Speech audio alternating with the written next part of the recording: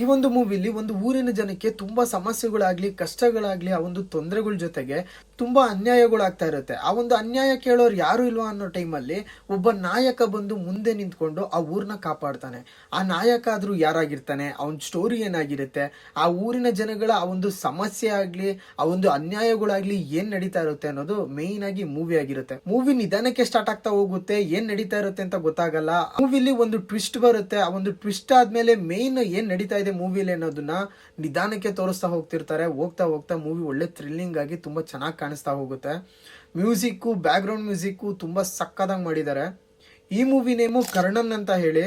ಮೂವಿಲಿ ಯಾವ ತರ ವೇರಿಯನ್ಸ್ ಮಾಡಿಸ್ತಾರೆ ಅಂತ ಅಂದ್ರೆ ಕೆಲವೊಂದ್ ಸೀನು ಎಮೋಷನಲ್ ಮಾಡಿಸ್ತಾರೆ, ಕೆಲವೊಂದ್ ಸೀನು ಸೀರಿಯಸ್ ಆಗಿ ರಕ್ತ ಕುದೀತಾ ಇರುತ್ತೆ.